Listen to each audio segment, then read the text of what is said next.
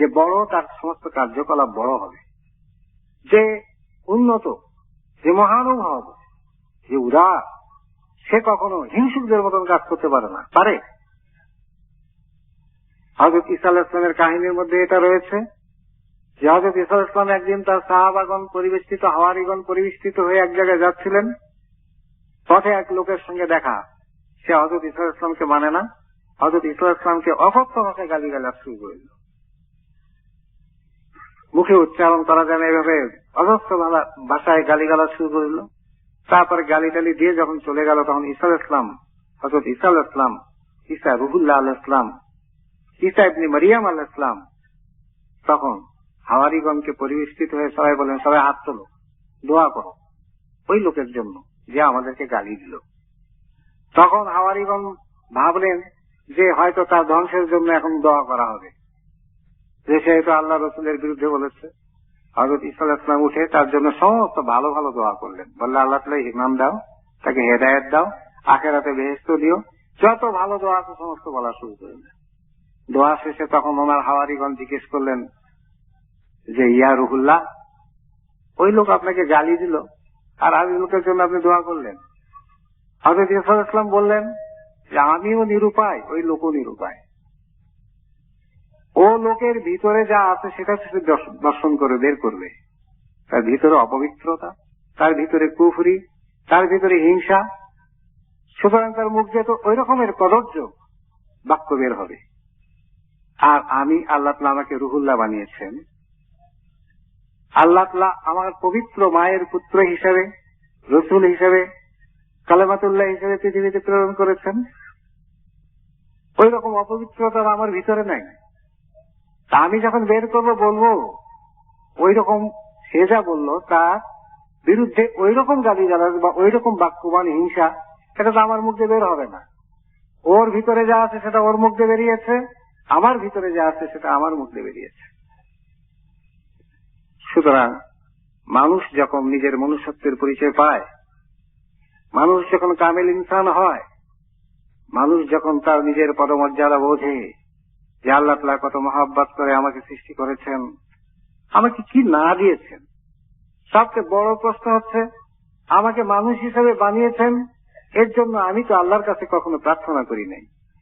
আমরা বিভিন্ন চাওয়া পাওয়া নিয়ে ব্যস্ত থাকি, আল্লাহ তাআলার কাছে বহু এটা চাই ওটা চাই, চাওয়ার হুকুম আছে ঠিকই, কিন্তু তার সঙ্গে এটাও দেখতে হবে যে আল্লাহ তাআলা ওই সত্তা যিনি চাওয়ার আগেই দান করেন, যিনি আমাদের তকদির আগে থেকে বড় করেছেন, যিনি আমাদেরকে মানুষ বানিয়েছেন।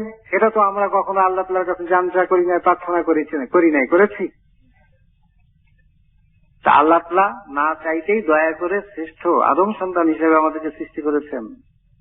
যিনি আল্লাহ তাআলা না চাইতেই সবচেয়ে শ্রেষ্ঠ নিয়ামত দান করেন, তিনি আমাদেরকে, আমরা চাওয়া নিয়ে বিভিন্ন রকম দুনিয়ার চাওয়া নিয়ে তার কাছে হাজির হতে পারি, বরঞ্চ ওই আল্লাহ তাআলার ইবাদত বন্দেগীতে, ওই আল্লাহ তাআলার কৃতজ্ঞতা স্বরূপ ইবাদত বন্দেগী যাতে সহি হয়, আমাদের পরিশুদ্ধ হয়, আমরা যাতে সালিম কলবের অধিকারী, এই সাধনের মধ্যে আমাদের নিয়োজিত থাকার জন্য মূল সময়টা ব্যয় করা উচিত।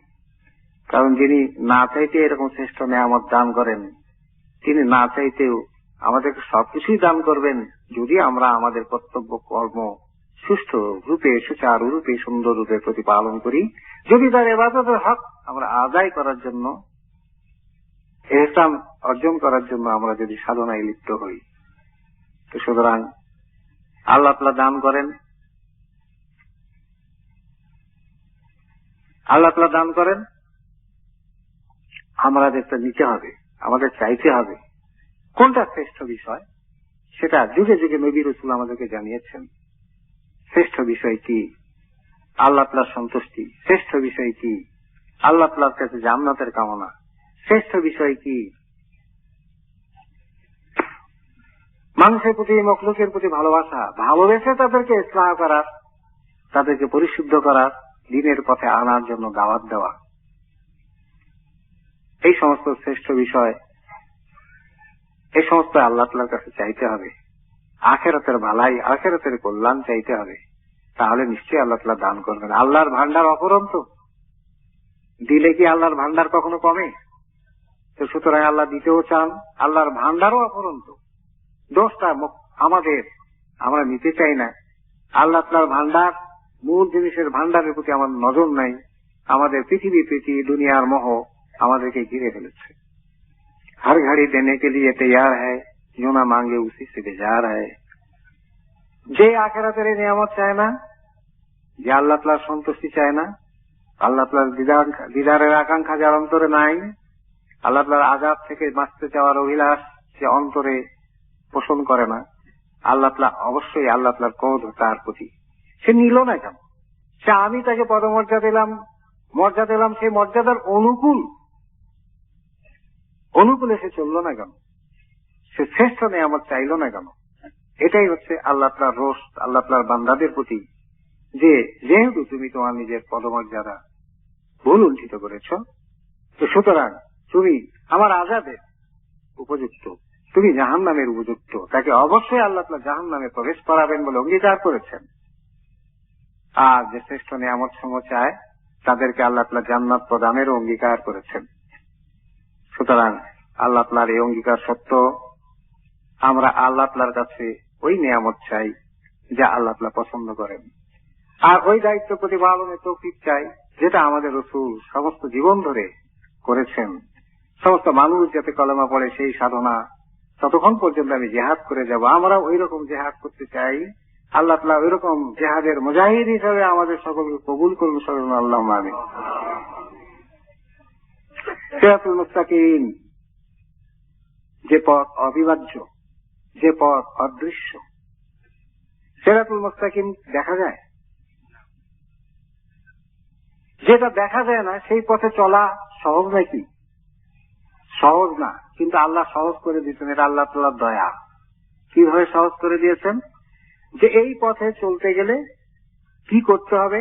আল্লাহ তাআলার কাছে তৌফিক প্রার্থনা করতে হবে। এটা আনআমতা আলাইহিম ইহদিনাস সিরাতাল মুস্তাকিম, হে আল্লাহ আমাদেরকে সরল সঠিক পথে পরিচালিত করো। এই প্রার্থনা আমাদেরকে কে শিখিয়েছেন? আল্লাহ শেখান নাই? আজকে 1400 বছর উপরে আমাদের নবীর উপরে যদি ওহী না হতো, এই কথা কোথায় পেতাম? এই কথা কোন পণ্ডিতের কেতাবে, কোন দার্শনিক বৈজ্ঞানিকের কেতাবে কোনদিন পাওয়া যেত? এত সুন্দর প্রার্থনা আল্লাহ তাআলা আমাদেরকে দিয়েছেন শিক্ষা। আজ থেকে 1400 বছর আগে, আমাদের জন্মের, আমাদের পূর্বপুরুষদের জন্মেরও আগে আমাদের জন্য আল্লাহ তাআলা তাকদীর বড় করে দিয়েছেন। কত বড় নিয়ামত আল্লাহ প্রার্থনা শিক্ষা দিয়েছে। আমাদের কত আগে দয়া করেছেন, আমাদের অস্তিত্বে যখন পৃথিবীতে আসে না তখন পর্যন্ত। এই দয়াল আল্লাহ তাআলার পথে আমরা থাকবো না, কোন দিকে যাব? ধ্বংসের দিকে? ইহদিনাস সিরাতাল মুস্তাকিম, সিরাতুল মুস্তাকিম অদৃশ্য পথ, দেখা যায় না। দুনিয়ার পথ দেখা যায়, এটাতে হাঁটা যায়। স্থল পথ দেখা যায়, সমুদ্র পথ দেখা যায়, এমনকি আকাশ পথ শূন্যের মধ্যে তাও দেখা যায়। আকাশ পথে যা যায়, যে সমস্ত বাহন, আমরা সবই দেখি। কিন্তু সিরাতুল মুস্তাকিমের মধ্যে প্রকৃত যারা চলে তাদেরকে দেখা যায় না। কারণ দেখা যায় না কিভাবে? তাদের বাহ্যিক ইবাদত বন্দিকে দেখা যায়। আর ইবাদত বন্দিকে বাহ্যিক দিক থেকে মুনাফিকরাও করে। ইবলিসও তো আবেদী ছিল। পার্থক্যটা তো ভিতরের দিক থেকে হয় নাকি? ভিতর থেকে দেখে। ভিতর কি মানুষ দেখে? ইন্নাল্লাহা আলিমু বিযাতিস সুদূর, অন্তরের অন্তঃস্থলে কি আছে সেটা দেখার একমাত্র অধিকার, একমাত্র ক্ষমতা আল্লাহ। আমরা তো পরস্পরকে এইভাবে দেখি না। তো সুতরাং এই সিরাতুল মুস্তাকিমের উপরে যারা চলে তারা আল্লাহ তাআলার প্রেমিক। তার প্রেম কতখানি অন্তরে আছে এটা কি আমরা দেখতে পাবো? আল্লাহ তাআলার প্রেমিকেরা এই পথে, প্রেমটাই তো দেখা যায় না। যায় ভালোবাসার প্রকাশটা, বিচ্ছুরণটা বাইরে কিছু কিছু ঘটে, ওটা দেখা যায়। ভালোবাসাটা দেখা যায়। তেমনি আল্লাহ তাআলার শরম, আল্লাহ তাআলাকে ভালোবেসে যে মনে করলো, মনে মনে আল্লাহ, ওটাও দেখা যায় না। দেখা যায়। আর আমরা তো দেখি নাই। আল্লাহ তাআলার নিযুক্ত সওয়াবের ফেরেশতা যারা সওয়াব এবং গুনাহ লেখে দুই কাঁধে, ওরাও দেখতে পায় না, তাই নাকি? একমাত্র ইন্নাল্লাহা আলিমুম বিযাতিস সুদূর, জানেন কেবল আল্লাহ পাক। সুতরাং এই যে জিকিরে খফি, যে অন্তরের অন্তঃস্থল থেকে জিকির করার সবক, এই যে সিলসিলা খাস মুজাদ্দিদিয়া নকশবন্দিয়ায় নিসবতে সিদ্দিকে এই সিলসিলায় যা আছে, এটা এমন একটা আমল আল্লাহ তাআলা আমাদেরকে দয়া করে এনায়েত করেছেন,